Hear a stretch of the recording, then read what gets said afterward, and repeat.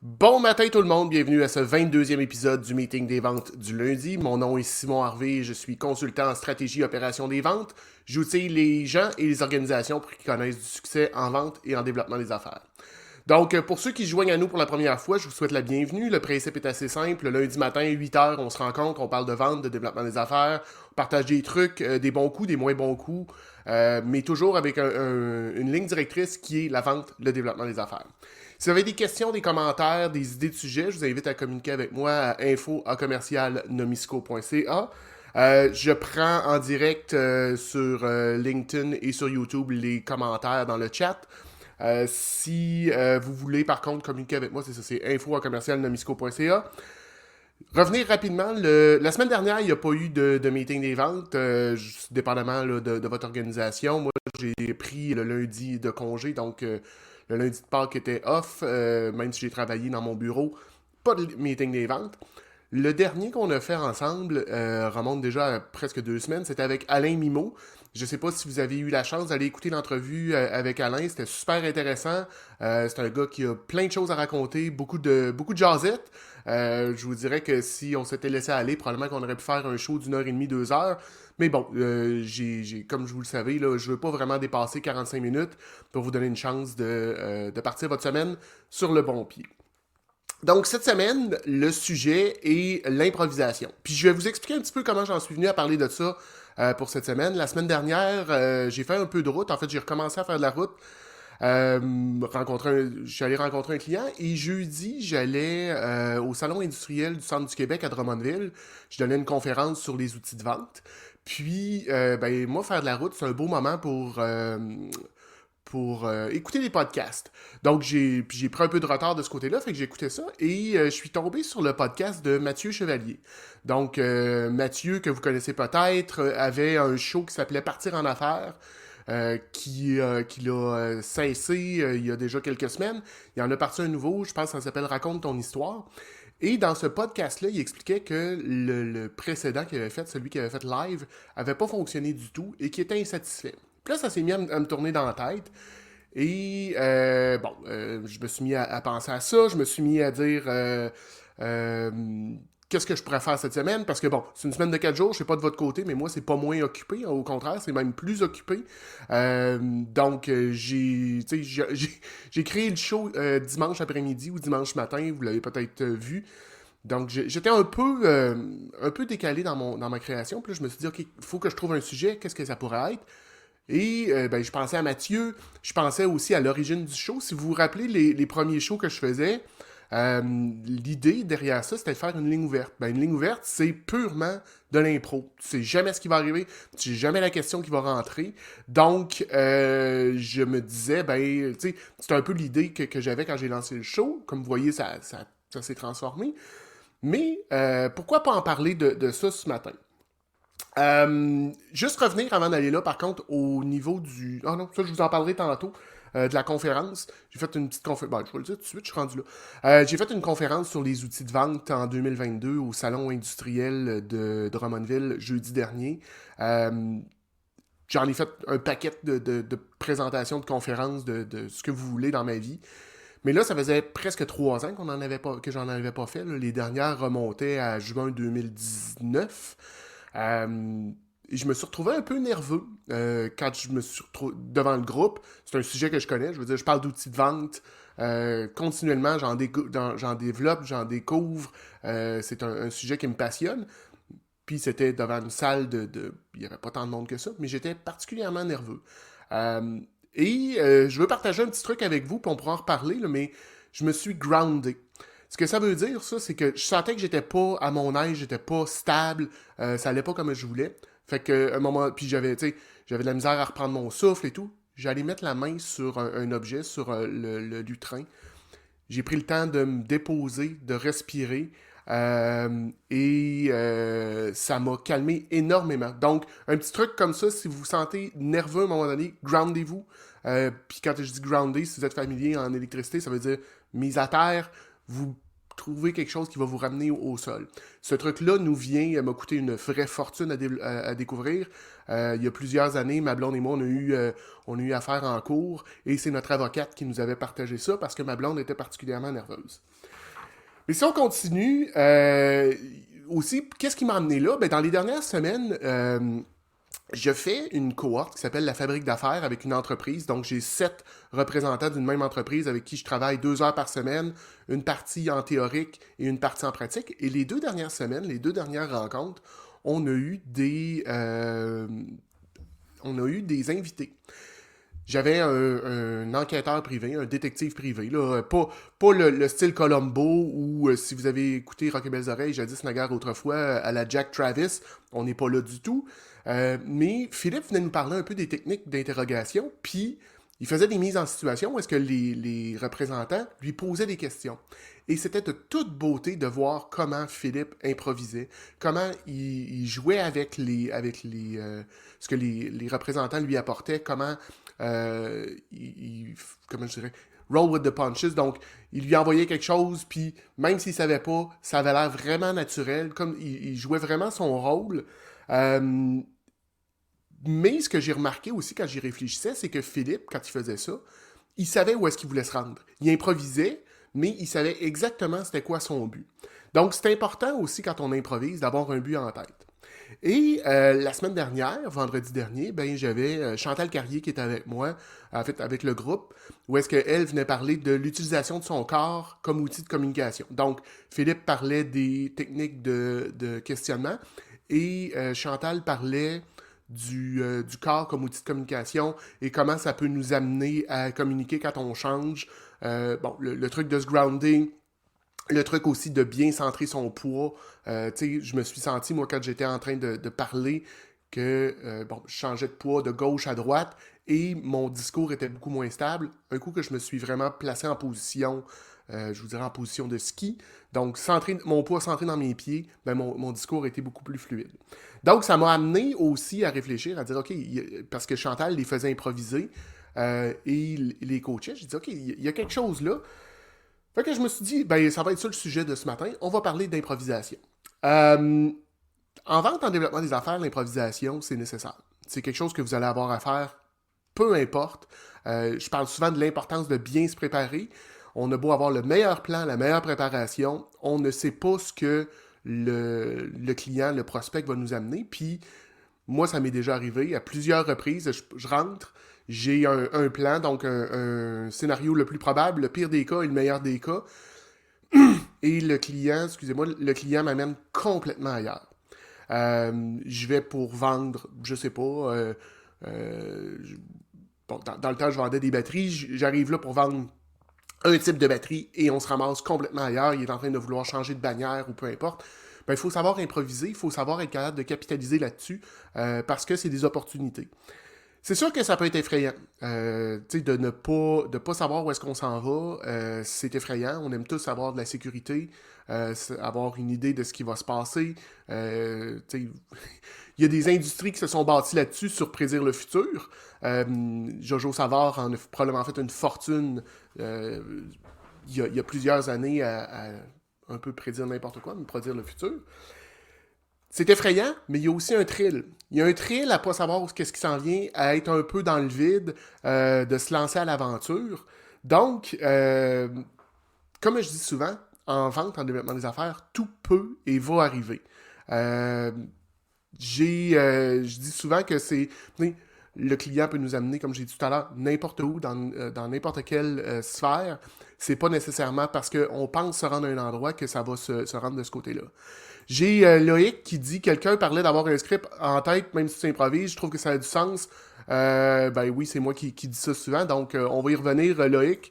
Et j'ai Geneviève Terrien qui dit l'improvisation en vente, c'est un terrain de jeu constant. Ça fait partie intégrante de la profession. Il faut être alerte et agile pour naviguer à travers.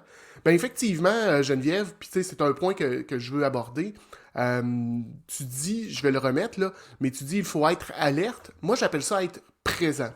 Euh, Tu peux pas être parti dans ta tête, ne pas écouter activement quand tu es en situation de vente parce que l'improvisation va se passer là. Il faut que tu sois capable de réagir, de capitaliser sur ce que ton client vient de dire. Euh, mais pour arriver là, il y a différentes choses qu'il faut faire en premier lieu. Ben, Loïc a parlé d'avoir un script, on va y revenir. Mais je vous dirais, la première des choses, c'est de pratiquer. Tu sais, je vous parlais de Philippe tout à l'heure. On voit qu'il y a des années et des années de pratique dans ce qu'il fait.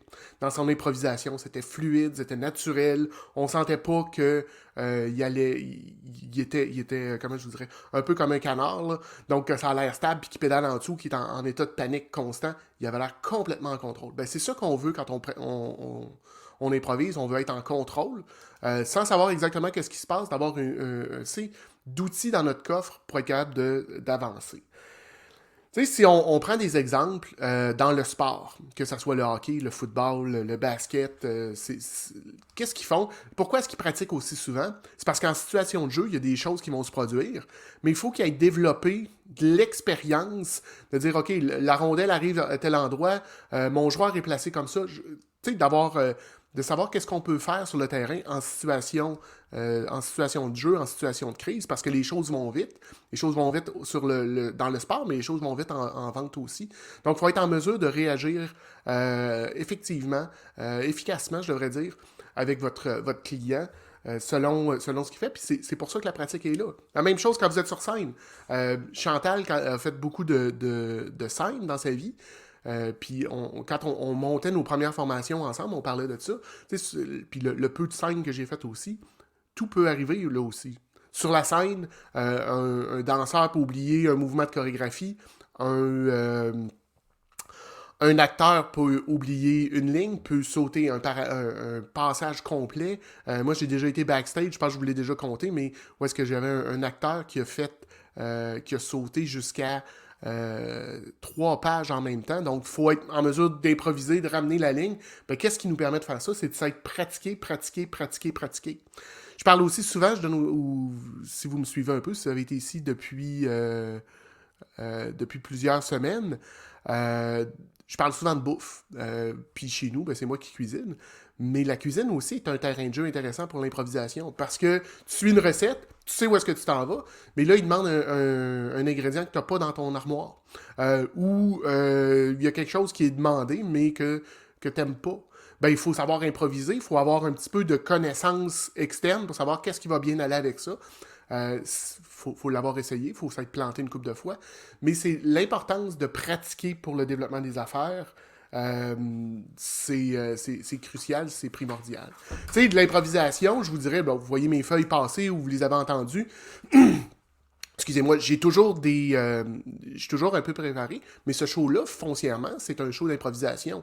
Je me base sur ce que vous partagez avec moi dans le chat. J'ai quelques points, des idées directrices pour savoir où est-ce que je m'en vais, mais j'ai pas de script. C'est pas une pièce de théâtre que je fais, là, c'est du live, donc avec des blancs, avec des bafouillements, avec des choses comme ça, mais ça fait partie de l'improvisation. J'ai Martin Michaud qui dit prendre une marche et élaborer plusieurs scénarios, se poser la question comment je me comporte ici. Ben effectivement, Martin, puis c'est quelque chose sur lequel je vais revenir plus tard dans le show, mais c'est effectivement crucial d'avoir ça. Euh, la pratique nous permet d'avoir des outils de référence. Comme je viens de dire, de savoir que, un peu comme Martin aussi vient de le mentionner, il se passe telle chose, comment je réagis, qu'est-ce que je fais si. Moi, je parle souvent de créer un cahier de jeu. En anglais, on appelle ça un sales playbook. Le client dit ça, comment je réagis. Le client fait ci, comment je réagis. D'avoir des idées de scénario. C'est très, très rare que ça va se passer comme on l'a prévu. En fait, c'est presque impossible parce qu'il y a beaucoup trop de variables. Mais d'avoir une certaine base, ça nous permet d'être beaucoup plus solide. Tu sais, je vous disais tantôt, je me suis grandé. Ben, le playbook, un peu comme la présentation que j'ai faite, ben, ça me permettait d'avoir une ligne directrice. Présentation que j'ai faite aussi un peu en improvisation. Je veux dire, il y a des gens avant de moi qui ont posé des questions, qui m'ont amené ailleurs, qui ont participé. Ben, ça a toute une valeur de ce côté-là.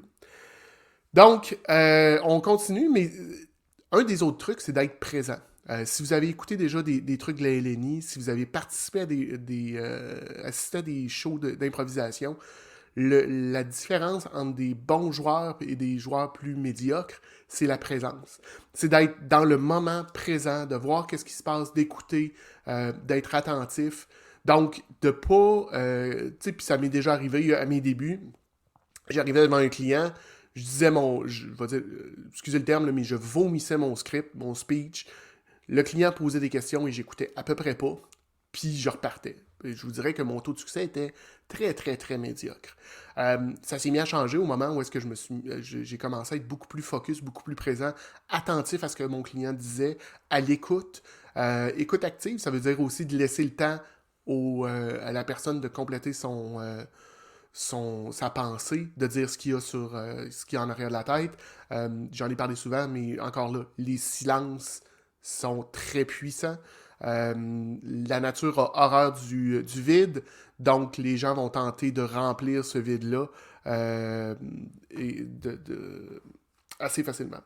D'avoir 3 scénarios, tu sais, un petit peu là, ce que Martin disait tantôt, de préparer, de se poser la question, qu'est-ce qui se passe si, qu'est-ce qui se passe, comment je réagirais dans telle situation.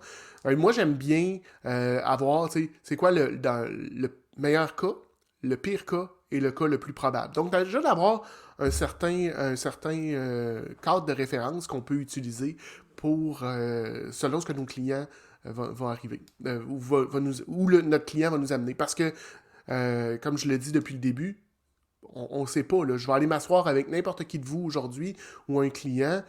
J'ai une idée de ce que moi je veux atteindre, j'ai un but, mais ça se peut que votre but soit complètement opposé au mien ou ailleurs. Il faut que je sois en mesure de réagir puis d'atteindre votre but, mais quand même de faire avancer le mien, parce que, ultimement, c'est quelque chose de primordial. C'est pour ça qu'on est de ce côté-là. Euh, j'ai Martin qui dit la préparation, le cahier de jeu permet de ramener le client sur des bases qu'il ne connaît pas toujours, en effet. Puis René Lahaye qui dit être présent, écoute active, en symbiose avec son interlocuteur. Ben c'est ça aussi, là, c'est d'être en symbiose, c'est de vraiment porter attention à ce que notre client fait. Qu'est-ce qu'il nous dit? Parce que des fois, il y a aussi ce qu'il nous dit verbalement, mais comme on parlait tantôt, son corps peut s'exprimer, son environnement peut nous en apprendre beaucoup. Donc, de vraiment être attentif, vous allez aller chercher de l'information très importante, très intéressante, qui peut vous amener à atteindre votre but. Euh, donc, on a déjà parlé des 3 scénarios. On a parlé de se mettre un objectif. Il faut savoir ce qu'on veut atteindre aussi. Je veux dire, vous allez rencontrer un client aujourd'hui ou cette semaine, faut pas que ça soit, ben, j'ai aucune idée de ce que je vais faire là. Non, non.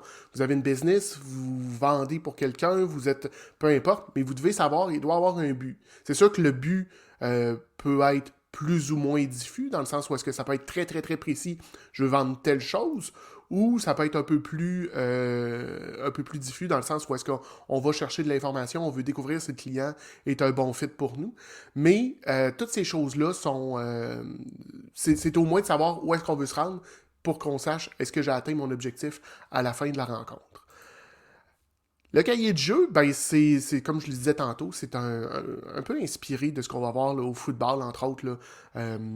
Les différents jeux, les différents scénarios, les différentes choses qui peuvent se produire, qui permettent de réagir, peu importe ce qui va nous arriver. Ça peut être très très simple. Tu sais, le client dit A, je réponds Z, et on descend comme ça. Ou ça peut être très très très complexe, où est-ce que on définit tout ce qui peut se passer. Ça dépend de votre style, ça dépend de votre organisation, ça dépend d'un paquet de choses. Moi, ce que je vous encourage, par contre, c'est d'en développer un. Commencer par quelque chose, c'est sur une feuille standard, un 8,5-11, quelques scénarios, le client va me dire ça, puis je veux dire, ça doit faire déjà un certain moment que vous êtes en vente, vous êtes en développement des affaires, que vous êtes en entreprise. Les choses que les clients vous disent, puis vous avez déjà de l'expérience à savoir qu'est-ce qui marche pas. Le client me dit ça, quand je réponds ça, ça va bien, puis quand je réponds ça va moins bien. Ben d'avoir une préparation de ce côté-là, c'est quelque chose de très, très utile, puis ça va vous rassurer. Ça va vous donner une plus grande confiance, améliorer vos chances de conclure une vente. J'ai Vicky O'Connor qui dit calculer l'incalculable est bon, mais il faut aussi garder un équilibre en écoutant notre intuition. En effet, puis c'est là que l'improvisation peut rentrer en ligne de compte. D'avoir l'intuition de poser une question. Mais encore là, le secret, c'est d'être présent, c'est d'être à l'écoute, c'est de voir qu'est-ce que le client est en train de nous dire ou de ne pas nous dire, puis de réagir là-dessus et de capitaliser de ce côté-là. Donc, comment est-ce qu'on fait pour pratiquer ces choses-là? Ben, ça peut être très très simple. Vous prenez quelqu'un dans votre organisation, vous prenez un ami, vous allez juste essayer des choses. Une des 4 valeurs que je prône en vente, c'est apprendre et expérimenter rapidement. Ben, l'improvisation, c'est vraiment là-dedans. On est dans apprendre à expérimenter dans un environnement safe, sécuritaire. Je veux dire, vous ne perdrez pas de vente en improvisant dans votre bureau un mardi après-midi. Par contre, si vous n'avez jamais essayé quelque chose, puis que la première fois que vous le tentez, c'est devant un client, ça se peut que ça marche pas, ça se peut que ça fasse un backfire, ça se peut que ça mène vraiment pas le résultat que vous voulez. Mais de l'avoir essayé avant, ça va avoir diminué ses chances-là. Ceci étant dit, c'est pas parce que ça marche pas une fois que ça marchera pas jamais. Il y a beaucoup de variables, comme je l'ai dit tantôt. Ça peut être la personne en avant de vous, ça peut être le moment, ça peut être l'endroit. Il y a plein de choses. Donc, réessayez-le. Faites des petites modifications, mais jouez là-dessus. J'ai Maude Dupuis qui dit: j'ai joué au théâtre cette semaine. À l'installation de mon praticable qui faisait office de mon auto, il est tombé. Mon intuition m'a fait improviser un accident. Effectivement, c'est des choses qui peuvent se produire. C'est un bel exemple, mais sur scène, il arrive un pépin comme ça, quelque chose tombe, faut que tu réagisses. Le public est là, donc faut leur donner l'histoire. Mais il faut avoir la présence d'esprit. Si Maud n'avait pas été présente, c'est en train de penser qu'est-ce qu'elle devait dire le prochain, que ça tombe, qu'elle s'en rend pas compte, ben elle ne peut pas improviser là-dessus. Mais l'important dans l'improvisation, c'est de sortir de sa zone de confort. Je vous parlais tantôt de Chantal, ce qu'elle a fait faire au gars vendredi dernier, c'était simplement de changer de position. Avancer sur sa chaise, reculer sur sa chaise, se pencher vers la caméra, moins pencher, parler avec ses mains, pas parler avec ses mains, bouger la tête, pas bouger la tête, c'est toutes des choses qu'on a fait improviser pour voir comment le message changeait. Et le feedback qu'on a eu, ben, c'est que les gars ont trouvé ça intéressant. Donc, essayez des petites choses, faites-le avec des gens autour de vous. Vous pouvez vous lancer des défis de ne pas utiliser ces mots-là. Donc, vendredi, nous autres, le défi que les gars avaient, c'est de ne pas utiliser dans le fond. Vous pouvez utiliser le mot que vous voulez. Donc, en ajouter un, devoir le placer et ou ne pas placer tel autre mot. Vous pouvez aussi vous joindre à des groupes d'impro, des troupes de théâtre. Il y a des choses vraiment le fun qui se font. Là. Maude parle de une. Moi, j'ai fait partie d'une troupe de théâtre amateur ici à Québec. Il y a plein de choses de ce côté-là. Puis, Chantal Carrier et moi, on offre aussi des cliniques d'impro efficaces. Donc, tu sais, une clinique où est-ce qu'on travaille pendant 3 heures l'improvisation. Grosso modo, ce qu'on fait, c'est que on prend des sujets que vous nous avez amenés, on improvise là-dessus, je donne du feedback côté vente, Chantal parle du corps, et ensuite de ça, on part avec on refait l'improvisation avec le feedback qu'on vient de donner. J'ai Vicky qui dit, tu sais, le playbook est un excellent truc pour être à l'aise avec un refus. Effectivement, ça nous aide aussi. Puis chaque refus devient un truc de plus dans notre playbook. Donc, on a entendu quelque chose, tu sais, puis vous devez être comme moi, là, vous faites donner un contre-argument, pas prêt, je réponds pas, puis là, ben, tu sais, on leur joue dans sa tête 2, puis 3, puis 4 fois, tu sais, là, tu dis, ah, j'aurais dû lui dire ça. Ben, le fameux, ah, j'aurais dû lui dire ça, devrait aller automatiquement, votre réflexe devrait être d'aller le porter, d'aller le placer dans votre playbook. Je vous dirais que ce matin, c'est un peu ce que j'avais pour vous. C'était un peu plus court. J'avais voulais improviser un peu sur ce sujet-là, malgré que j'étais préparé. Mais c'est pas, je voulais pas non plus aller trop long. Vous donner une chance de bien partir votre semaine. Si je peux vous avoir influencé de soit commencer à improviser, de joindre une troupe de théâtre, un groupe d'impro, ou de participer, là, comme je vous disais, Efficard, Chantal et moi, on en fait au mois de juin à Québec, Sherbrooke, Montréal. Donc, si ça vous tente, je vous invite à communiquer avec moi. J'ai pas eu de petits trucs du vendredi non plus. Mon vendredi, comme je vous dis, là, ça a été une semaine un peu chaotique, beaucoup de routes et ainsi de suite, mais je vais le reprendre cette semaine. Aujourd'hui, on a parlé d'improvisation, comment improviser, pourquoi improviser, l'importance de bien se préparer. Puis si j'avais à dire ça grossièrement ou sommairement. L'improvisation, ça semble facile, mais ce qu'on voit pas, c'est tout ce qui s'est fait en arrière. Donc, toute la préparation, tout le travail qu'on a fait pour en venir à être capable d'improviser facilement et agréablement. Je vous invite donc à pratiquer ces choses-là, l'improvisation, à le mettre en vie dans votre organisation. Vous pouvez vous créer une petite ligue, vous pouvez vous créer un groupe d'impro au sein le jeudi midi, peu importe, juste pour développer ce muscle-là. Euh, je vais aujourd'hui, comme d'habitude, répondre à vos questions, vos commentaires que vous avez laissés dans le chat au courant de la journée. Si vous avez des questions, commentaires, insultes ou injures à me partager, je vous invite à le faire à info@nomisco.ca. Si vous voulez communiquer avec moi, la façon la plus facile, c'est sur LinkedIn. Donc, LinkedIn/IN/Simon Harvey QC. Vous pouvez aussi prendre rendez-vous avec moi sur mon Calendly. Excusez-moi, là. Je sais pas de votre côté, moi, la saison des allergies, on dirait que ça vient de commencer. Calendly.com/Nomisco. Je vous invite donc à aller... première des choses, à développer l'improvisation. Deuxième des choses, à aller liker ma chaîne YouTube et à vous abonner sur Spotify, Apple Podcasts, Google Podcasts et tous les autres pour suivre. Je vous souhaite une belle semaine, une bonne semaine de vente et on se dit à la semaine prochaine. Bye tout le monde!